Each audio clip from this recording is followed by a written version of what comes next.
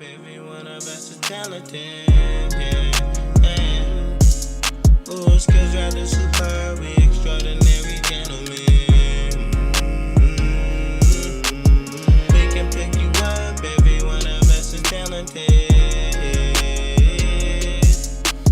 Skills rather superb, we extraordinary gentlemen.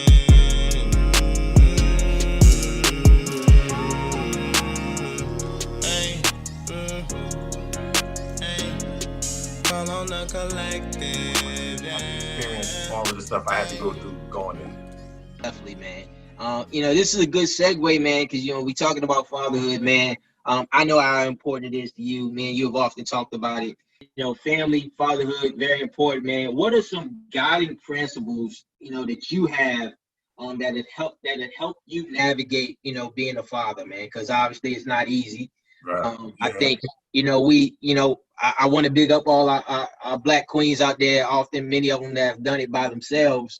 But I think oftentimes overlooked as well is fathers that often do a lot of the stuff by themselves as well. You being one, man. So, what are some principles that you have, man? Shout yourself out, man, because I think you're a wonderful father, man. I definitely appreciate that. I gotta honestly put everything on my pops. Like I mentioned, I moved to Jersey when I was like 2-3 years old. So my whole life, my stepfather was my father figure. I knew who my father was before he passed, but my stepfather, he already had 3 older sons. He took in me and my brother, and then they had my sister afterwards. So I remember from a young age, I might have been like maybe 4 or 5 years old, and he was talking to somebody, and they asked him, he's like, "Oh, is that, who's this little kid with you?" And he was like, "Oh, that's my youngest son." And he was like, "Oh, Sharon's son." He's like, "Nah, that's my youngest son." And being that little and that memory still sits with me. Mm-hmm. So when I got married, Makai was already 6. And before I proposed to her, I went and talked to him and got his thumbs up. And I told him from that day forth, like at the wedding, I committed myself to being his father as well.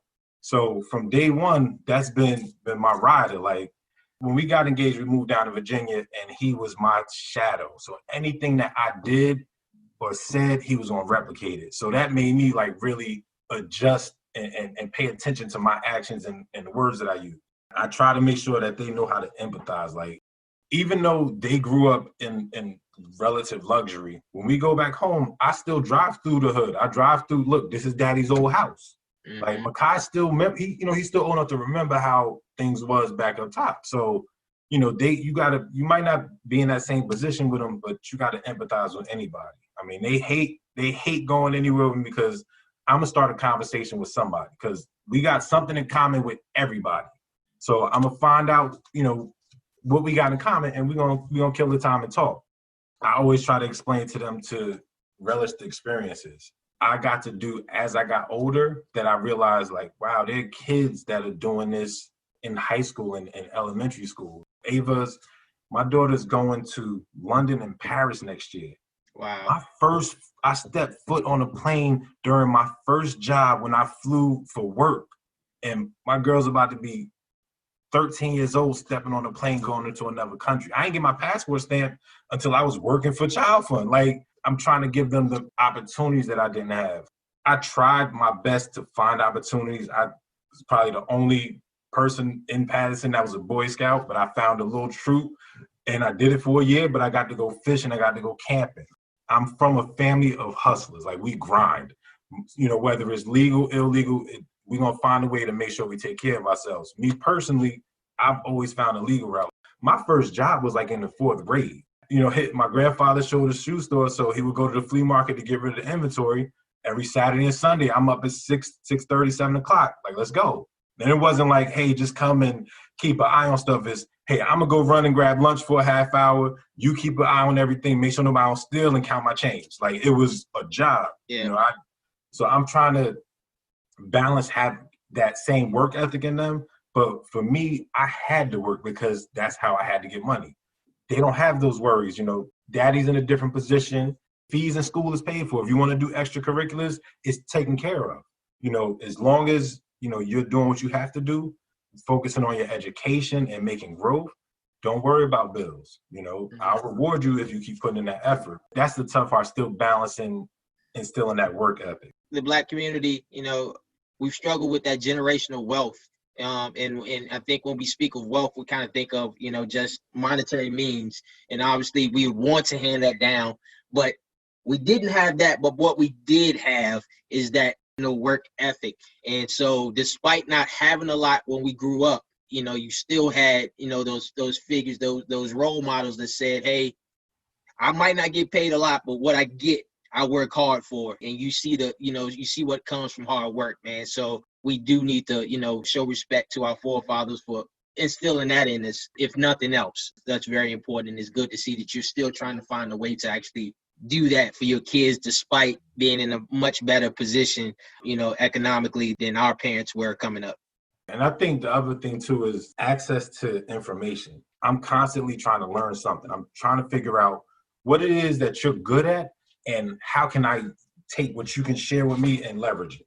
So I've always, whether it was trying to figure out, okay, how do I apply for colleges when I can't afford to pay for the fees?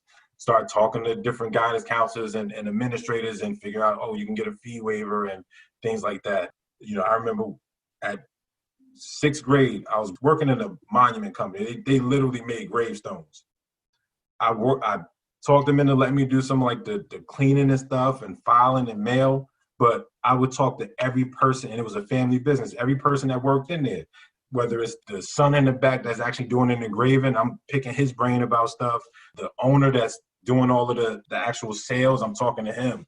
I'm picking up on the wife who was doing the bookkeeping. So I'm like, trying to constantly learn stuff at a young age, where now if you're curious about something, take your phone out and Google it. Mm-hmm. Like anything you want to know is right there, readily available. So we can still keep them with that same work ethic and have the information and the knowledge that's on top of it, where the majority, they already have that knowledge that's already been passed down, along with, in some cases, the work ethic too.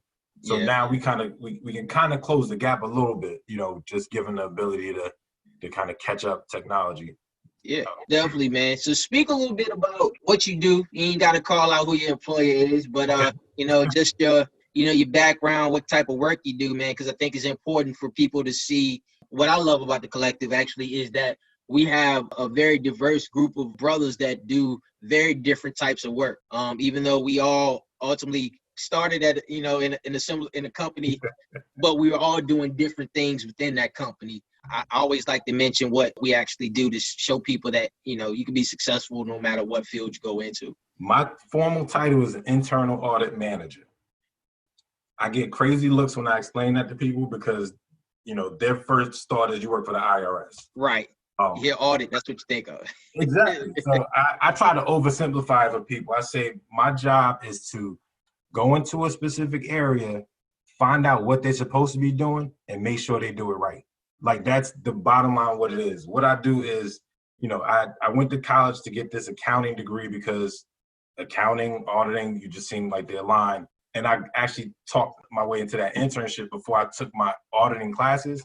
If I took those classes first, I wouldn't have wanted the job. It was nothing like they taught in school. Right. I mean, my very first audit, and I'll get back to the question. My first audit was an audit of a money center. And they know I'm a college senior. I'm still trying to figure it out. And it was just like, and the guy told me, he was like, look, it's sink or swim. We're going to put you in here. Either you're going to drown or you're going to make me look good. I'm already trying to, I'm in prove it mode. They tell me we go to a money center. A money center is a bank for banks. This is where all of the branches within a certain region make their deposits every day. We walk in there and we literally go through like 5 metal detectors, the body scans, everything. And he said, we're going to give you the fun job. Your job is physical security. All right, what do you mean? Walk around the building and try and figure out how could you possibly steal money and make sure it can't happen. So I literally spent 2 days just walking around, billions of dollars and all over the place, and just say, okay, what if I did this and this? Oh, you get caught. I'm literally going, that was my job. So from there forth, it's like, oh, this is nothing to do with the math part. That's a small piece. It's literally going in and say, okay, what could break? Mm-hmm. Like COVID has made my job so much more interesting now because every audit we're looking at and say, okay, how did COVID change things for y'all? It's something that just kind of stepping back and thinking of my personality, I can't do the same thing day in and day out. Every day I go in there, I'm working on a different project. Every audit is completely different from the last thing you did. So it's a constant learning, and keeps you involved. And exposure is crazy because I'm talking to nothing but executives in a lot of cases. And so when you came into this type of role, you say you started, doing the money center, do you see a lot of people that look like you in your work? Absolutely not. So go back to when I first met my first general auditor. I remember my coach, it was the one black coach we had, Coach Shelton. This was my dude. I did the 4.5-year plan, so I only got to stay a half year so I could finish that 5th season. So I'm going into the summer before my last season. He's like, yo, you got a job lined up? No. I'm not thinking nothing past the next day. And he's like, look, I need you to go take a shower, grab your resume, and go to the seminar and listen to this guy, Ed, speak. All right, whatever. He already knew I was ignoring him. Jermaine, seriously, I need you to go. I need you to talk to him. When I get up there, Ed is, I ain't even gonna lie, smooth dude. Dude is like, you could tell his suit is tailor cut. You could tell he's the boss. He's up there with all of his VPs, which I found out afterwards are also alumni from the college. He's the general auditor and his 3 direct reports at one of the largest banks in the New England area. We get to talking, and he's talking to us about networking. Okay, I get a little cocky. I slide up on. I was like, how you doing? My name is Jermaine. I really appreciate listening to you speak. I'm really big on networking as well. After listening to you, I think you're somebody I definitely need to add to my network. He kind of gave me his little, like, all right, what you talking? I was like, listen, I'm going to be honest. My grades don't meet the requirements for this internship. I said, but if you were to look at my transcripts, every year I've improved. I started off with a 2.0 my freshman year, and I've worked that up to a 3.0 now, and I'm only improving. All I need is the opportunity, and I'm really giving it to him. He gave me his card. He was like, call my assistant. Going through the interview, and I'm grinding. So I get this job. Mind you, it's in Providence. I'm in Smithfield, Rhode Island, which is about a 15-minute highway ride. I don't got no car. I don't have a place to stay this summer. I was bouncing at another spot that, making a little money on the weekends. Talk to him. He opens up the attic to the bar. He's like, look, it's a shower up there. It's no kitchen. You just got to make it do, but you got a place if you get the job. I literally slept in the attic of a bar for the summer. I'm talking about summertime, no air conditioning. He did give me the keys to the bar, though, so I was downstairs, chilling out during, in my off time. And when I got the internship, I'm like, I got to show out because there is no backup plan. Yeah. My last day of the internship, he gave me a card. And he was like, "I see you in December when I graduate." I ended up going to work at that company. They got acquired. He ended up going to another company. Sent the message through another person in my network to say, "Hey, tell Jermaine to give me a call." He gets me over at that company. I get engaged. My ex-wife and I decide we're going to relocate to Virginia, and I, scheduled a meeting just out of respect to explain it to him. And he's like, "Look, before you submit your notice, give me a few days." He comes back to me, schedules a meeting. He's set up where I was able to relocate to a team that was based in Virginia and pay me to make a move. I was going to move anyway. All of this, this is just the field for me. I started learning more. That's when I started to travel more. So, I love it. But if you were to tell me at 18, Jermaine, you're going to be an internal auditor the rest of your career, I'd have looked at you like you was crazy. Yeah, I love that story, man, because it just shows that you have to be ready to jump at your opportunity, man. You never know when you're going to get those opportunities again, so be ready to jump at it. And it shows the importance of networking. So, it's so easy for us to get into a place where we'll just say, well, I ain't have the opportunity, or I come from this, they have these advantages over me. And what I love about us is that we've never let that be a detriment to us. We've never let that be a crutch that we leaned on. We say, hey, despite the circumstances, despite, what people think, we're going to go ahead and do it. We'll go against the grain and make things happen, man. And that goes back to your, you talking about your family being hustlers, man. That was hustling there. Making sure that you made that introduction to them and made that lasting impression, man. And, the average person is not going to do that. But, again, you have to take advantage of these opportunities. And it worked out for you, man. It really did, man. And that's a message that I think will resonate with a lot of people, that don't be afraid to step out there. Because if you don't, people ain't gonna help you, man.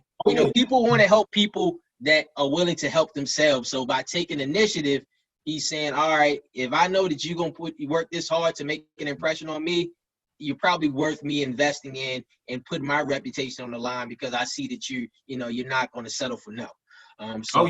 Yeah. Real quick, like I told the whole collective, this is the time. COVID is impacting everybody. Yeah. This is the time where we, the hustlers, are gonna really come out on top and close that gap, because we used to the struggle. We used to figuring out new ways to get stuff done. We used to grinding. So this is just the opportunity for us right now. Definitely, man. And that's a great way to kind of segue into, my final question for you, man, is being part of the collective, man. I'm honored and privileged to do my part here, but I'd love to hear from you on what it means to you to be a part of the collective and how you want to use it to actually, go out and change the world yourself, man. I'd love to hear more about that. That's a good question. And being completely honest, I'm still trying to figure that out. Mm-hmm. What it means to me is beyond measure. I mean, to be surrounded by greatness, still sharpen steel. Like it's every time I open up my phone and I see a message from one of you dudes, somebody done triumphed, conquered another hurdle, done made another accomplishment, done got another promotion, did something, whether it's community-based, in their side hustle, whether it's corporately. So the motivation is constantly there. So every time I open it up and I look at it, it's like, you know what? I got to do something today. I got to step it up. So that in itself is a blessing. There's times where I do well when I'm challenged, and I kind of indirectly use you guys to challenge myself. It's like, nah, Tony done stepped it up today. What you gonna do today, Jermaine? Like, it's still like it's game time. My role, as I see myself kind of within the group, just in general, I like to be a bridge. Like, I try to find ways to find people with needs and find people with skills and bring them together. And that's traditionally what I've done. I haven't found out how I'm going to continue to leverage it. I actually had a call today that might have kind of given me a little bit of direction today. And also finding ways to share, no pun intended, but collectively we share a lot of knowledge and experience. Mm-hmm. And it's every time I meet somebody that's younger than me or going through something I've been through, the first thought I have is, what do I wish I knew when I was there? And that's what I'm trying to share. And I'm just trying to identify the way to do that at a more broad scale. I'm just here at this point just for support. I know whenever any of my guys got something going on, they got the full support of me. And I know when the time comes, when I make that call, when I put that bat signal up in the air, I got the whole squad behind me and their network coming with them. Yeah. So it's still a work in progress. It's therapeutic, man. It's, we often talk about, mental health in the Black community, man, and how it's, we're underserved there, man. And I think in a lot of ways, man, our collective, man, if nothing else, man, it gives us a place to talk about issues and vent, man, and let things out. We don't have to hold it in. I think COVID has, man, had an impact on all of us, man. Me specifically, dealing with consecutive losses, over the first 6 months of the year, and just having that support system, with my brothers, man, it means a lot, man. And it's just helpful, man, to have that space where you can talk, vent, and get support you need. And like you said, it's just great to also see people doing great things, man, because nothing motivates you more than your friends doing well, man. You don't want to be the biggest one in your circle, man. So I try to surround myself with people that are doing great things, that are pushing me.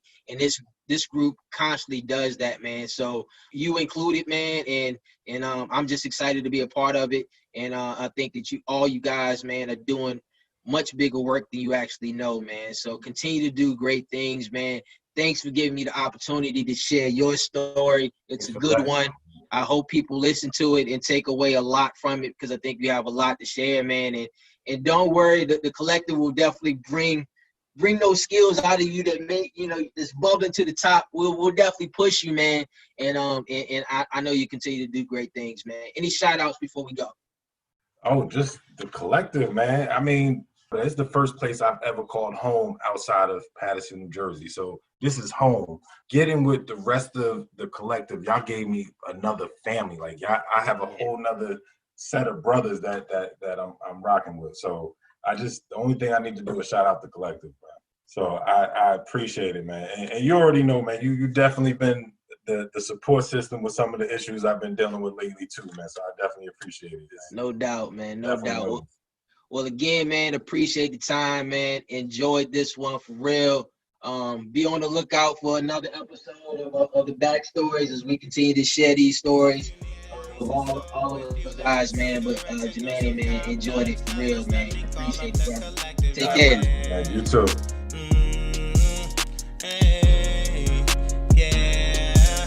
If you need that piece of soul, if you like it some direction or some top notch fellas, let me call up the collective, yes.